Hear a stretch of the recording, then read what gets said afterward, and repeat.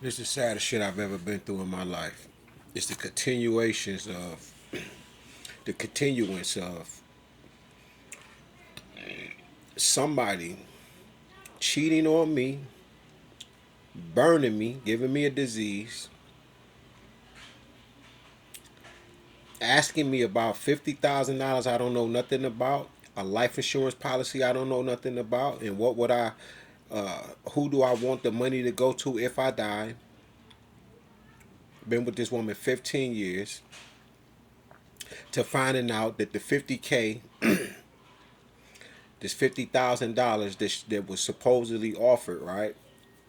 That she asked me about, coming in from wherever the fuck partying she was doing with whoever, stood there and said, what would I do? Right? So, which is amazing that you ask the person that you are to unalive, right? Because this is red rum. One, their opinion of whether you should take this money or not, and I said no. Then you go, right. Remember, you stop having smacks with me, right? Intercourse with me. You done gave me something. I don't want to sleep with you no more. I'm trying to figure out why did you go this route. I didn't get angry. I didn't get mad or anything. I couldn't, not that I couldn't even believe. It just, everything just dawned on me. But what took me to my awakening to end up where I'm at now was the realization that you took of the betrayal, stabbing me in the back like you did, love bombing me, the magic you was doing on me, real life spell work that I didn't even know existed. That realization is what awakened me, because then my heart broke. It's the realization of everything, because at first it was like, okay, well, maybe this. Remember, I was like, maybe menopause setting in over here. That's why she like this. We gonna have to fix this. Let's change your diet. You understand? You came in a room, you asked me, what are all my worst fears? And I thought that was strange. It had me looking at you crazy. And we just, we're having a conversation. We're going back and forth. But the whole time you're doing this for someone else so they can do what they're going to do to me, so you can get this 50,000 and whatever else. But this is what nobody understands. Right now, y'all not going to get this video to probably tomorrow or the day after that, because they, every time I make these videos and I speak about the situation, they have my phone clone, hacked, and tapped, that they keep this information, and they'll keep it from getting out in the public. And I can see them somehow being able to combat it if they get a hold to it first. Because when the video surfaces, it'll have 200 likes by itself, and it just blinked on the screen like that. And it'll automatically, that 1 second that the video posted, it'll have 200 likes, 70 likes, 95 likes already, as if somebody had already watched it. That's how bad this shit is. When you hear the tarot community and all of the things that they are saying, the smear campaigns, the attack on a Sagittarius, the Taurus, and what they're going through, they're talking about me and my ex, Latoya Kenetra Jenkins. But nobody is asking the question, why is he saying all of these things? Listen, I just come home from the penitentiary 2022, February 15th. I was acting and everything. I stopped acting after I started to learn different things and what was going on.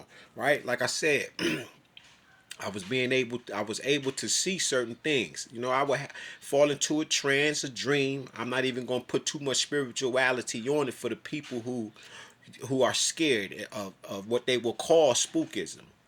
Cause ain't nothing about this shit spooky. Right? You just scary and you're just very fearful. All right, man. Is a man. Man is afraid of what he doesn't know and shit like that. So this person, Justin, possibly be your sister, and whoever else, right? This person, Violet, the white guy, 41 years old, that offered you this money. Remember, when he offered you the money, you never would tell me. I found that out through a tarot reader, Divine Messenger. I forget the rest of it, but her name Divine Messenger. She the one who told me to spin a block, and when I did that, I went to your job. You wasn't working. Remember? And when I got up there, I asked your boss, hey, do she work today? Y'all both the bosses though, right? You her assistant or something, and vice versa. I can't remember. I think you the assistant, and she was the manager or something. And she said, no, she don't work today. I went up there 3 times to see if you would just at least come to the house. I mean, come to the job or something, or right. But by the time I walk up and ask, I was like, oh yeah, she cheating. Right, because I had already went through the burning shit, and I was like, damn, I'm not cheating. What the fuck? Am I cheating? I had to Google the shit to figure it out because I was burning. It's like pissing razor blades, and then I wasn't no more. And I was like, that means that you snuck the shit into my cup and you gave me something. And that's why you didn't want to have sex with me.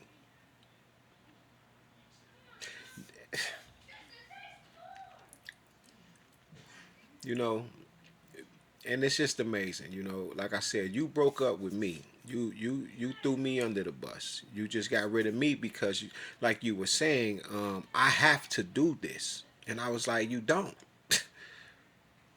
It's easier to go through the struggle than to obtain money like $50,000, and there's a price on that money. The thing was, I didn't know that I was the sacrifice, and when I realized it, like I said, it broke me down. Cause I can understand cheating and all that. Like I get it, right? But to try to take my life, that shit did something else to me. It changed everything. It rewired everything inside me. I couldn't believe. I can't say I couldn't believe, but it was mind blowing because of how you act. You act like you're the sweetest thing on the earth. That there's nothing wrong. You have such a good disguise. You're very good at manipulation, and this just it just has become too much. And I just was like, you just gotta help me move. Help me fix my car, like we've been talking about before. I knew all of this, and you wouldn't help me. Now I understand why. It's because not only did you want your cake and eat it too, it's because I was the goddamn the sacrifice. This is the point of not letting me go nowhere by myself and things like that. And then you'll be watching TV. And then if I ask, let me see the keys right quick so I can go to the store or something. And then you'll be like, okay, because this is how we live. All right, go ahead. Oh, wait. And you'll have and I just never understood that. This is 15 years. It was the way that you started moving. But like I said, you did all of this, and you got people thinking that I'm one way when in reality you know exactly how I am. And the problem was is that I didn't react the way that you thought I was going to react, and that came from me automatically looking at we had a good run, 15 years. But the problem was you wanted to take my life, and then I got to remember all of the times that you was like, no, for real, I'm a unalive you. I'm gonna have you killed. And I'm looking like, what the fuck? And I took that like lightly at the time because a woman just angry. I don't got no plans on cheating or nothing, so I don't gotta worry about it. But you're saying that it's because you really already had a plan, you and Justin. Like Justin said, we're not going through that again. When I asked the question about how were you able to put me in a mental facility, there's no way that this brother should be able to have any say over us when we was 15 years. It's almost like I was the third leg in the damn relationship, and you had a relationship with him, but I've been with you 15 years. We got grandkids and everything. So how is that? But you told him or somebody all of my fears, and then I actually had to go through them. Now I don't have none. I don't have none at all. So I'm thankful for that because y'all have put me through shit that's